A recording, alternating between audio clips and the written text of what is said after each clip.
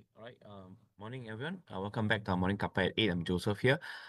So looking at we kick off with the Hong Kong market, right? Yesterday, the strong index experienced a very strong selling pressure. You can see that the Hang Seng Index failed to hold above the 50 days moving average. Now it retreats below the 50 days and also the 20 days moving average, showing that the bearish setup remains intact. And RSI indicator have fell below the 50% level, showing that the negative momentum kicks in again. Hence, we expect that today the selling pressure may follow through. Likelihood the Hang Seng is going to test the 25305 support level. A breach of this support level we'll see the next support level at 500 point levels. So overall, looking at the sectorial, right, the tech sectors fail to rally the market sentiment, and right now the markets tends to move into more defensive counters. Nevertheless, yesterday I've shared with you two counters that I think that are still bucking the trend. Firstly, is the contemporary emperor's technology, Ning De Sidai, right? Is still moving on the upwards, and I do see that the stop loss point at 675. This CATL is listed in the Hong Kong and using the Hong Kong dollar. Meanwhile, you can look at another similar stocks, which is CATL, that lists in the Shenzhen B shares, A shares, which is a stock code 300750. Now, this is actually the mother company, and is moving sideways, consolidating between the 440 and 412 RMB, right? And the other counters that in the Hong Kong market I do see also holding up well is actually the bank.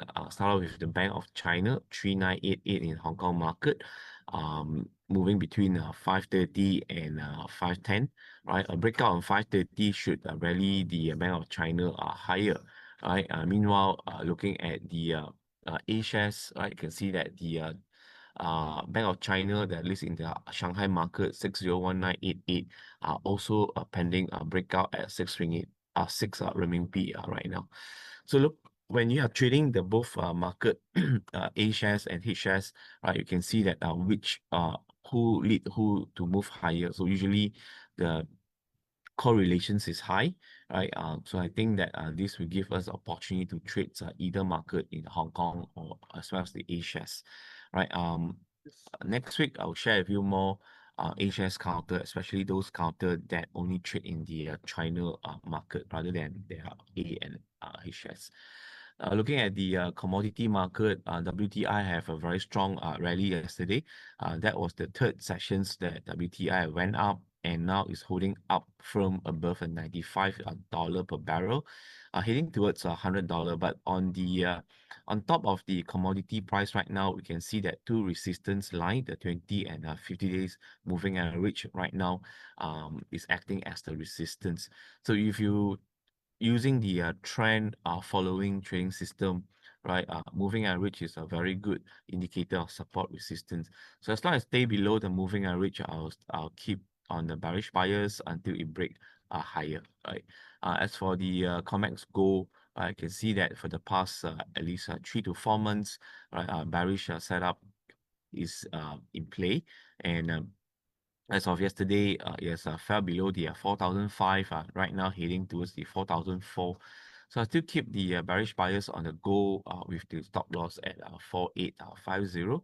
Now, meanwhile, yesterday on the US market, we can see that a very strong profit-taking activities kicks in. A very long bearish candlesticks can be seen open there. Now, since the market is actually doing a corrections right now, and in this month, I think one of the big news in the US market is everyone is waiting for the SpaceX to ditch out their IPO document, and everyone is waiting to invest in this SpaceX IPO, right? So it could be some of the profit taking from the market to prepare for the SpaceX. But there's another mega IPO this year as well after the SpaceX. That will be the OpenAI, right?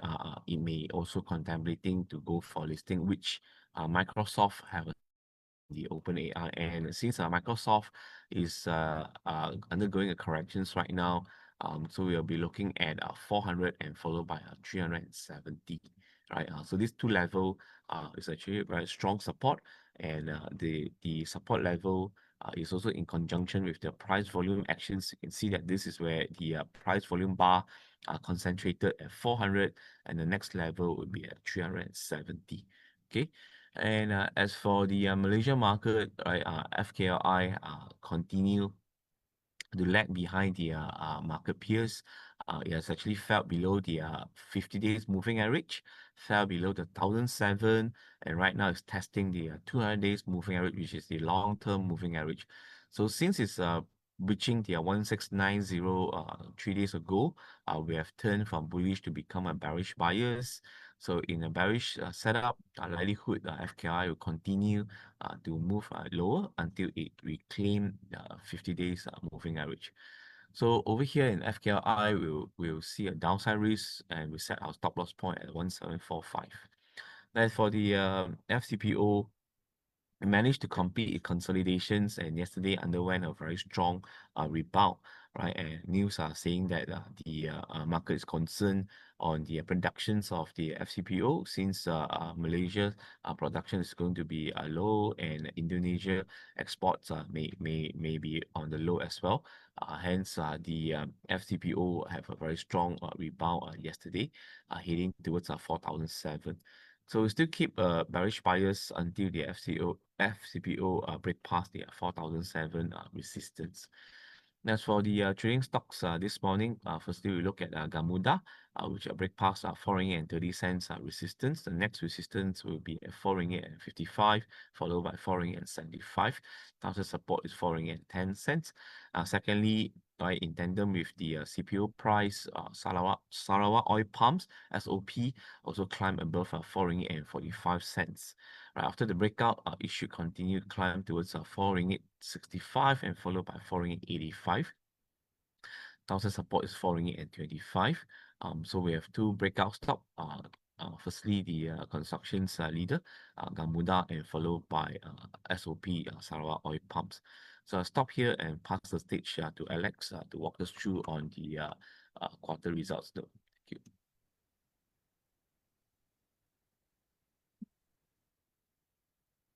Thanks, Joseph. Morning all. Thanks for dialing into Morning Kappa 8.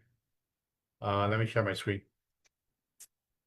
Okay, I hope you can see the report that we've just published this morning. Basically, it's a summary of the March 2026 earnings quarter results. And I think, overall, corporate earnings for the quarter were, contain some soft undertones. I think the first quarter is typically a seasonally weaker period, while the onset of the crisis in the Middle East has, resulted in corporates adopting a more cautious tack, for the foreseeable future. So I think common themes that were expressed during the reporting period included higher indirect cost pressures resulting from higher oil price, supply chain integrity concerns, and the impact of higher inflation on consumer behavior.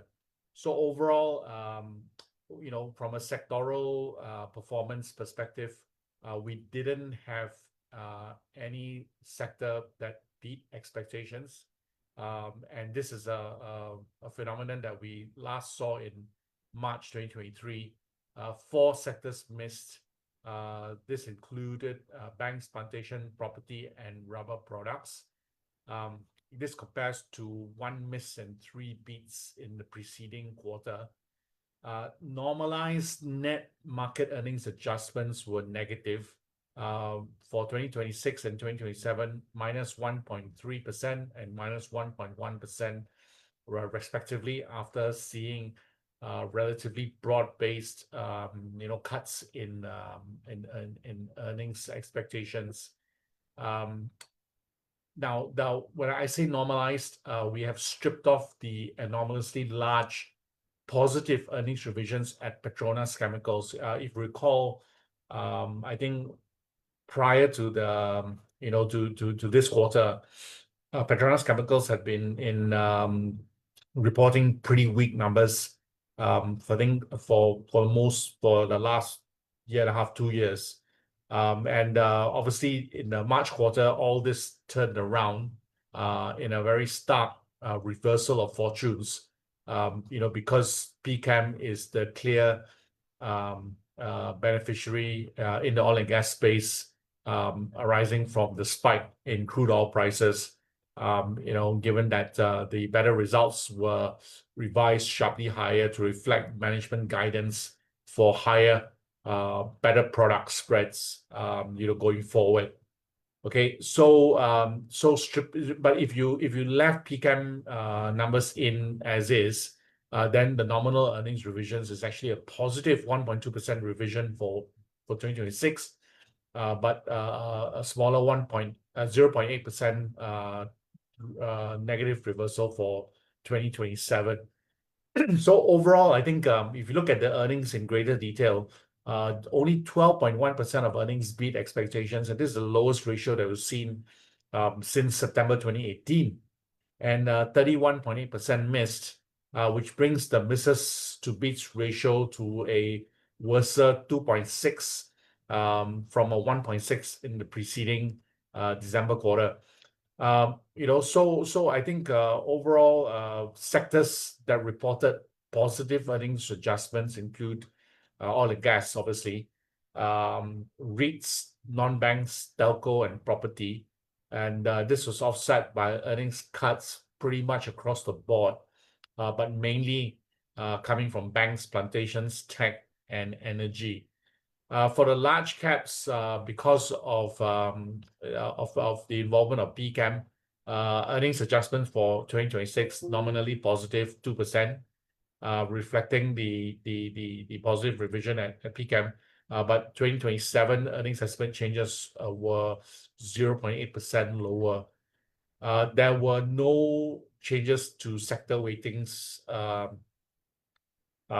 on the back of this reporting period. So I think overall, now that we have, a situation where the Middle East crisis looks like it's, could potentially drag on, but of course, the risk that everybody wants to avoid is an overnight conclusion to the crisis. So I think right now, the base case assumptions allows us to be fundamentally constructive on the outlook.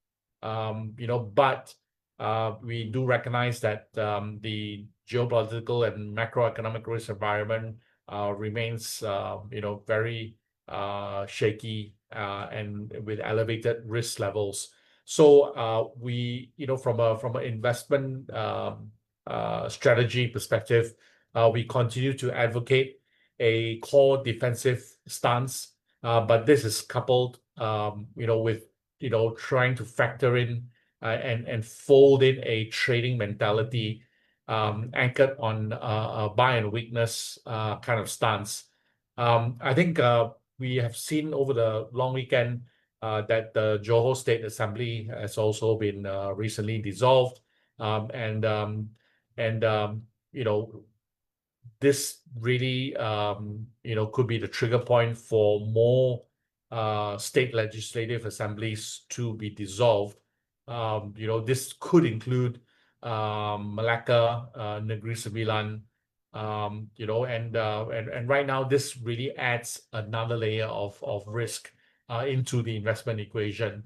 And I think in the short to medium term, we are looking for markets to trade in a relatively narrow band, but trade at a lower narrow trading band. I think you know, in a more risk-off environment, we would be focusing on more defensive sectors like energy, plantations, healthcare, telco, consumer REITs, you know, including higher cash holdings. And I think over the course of the last couple of weeks, that is exactly what investors have been doing. You know, ultimately, the negative adjustments to our 2027 forecasts have compelled us to lower our year-end 2026 FBM KLCI index target to 1750, down from 1780, after applying an unchanged 15.5 time target PE to our 2027, our lower 2027 earnings estimates. Okay, so take a look at the report for greater granularity. And that's all from me. And thanks for joining the call today. Have a great day ahead. Cheers.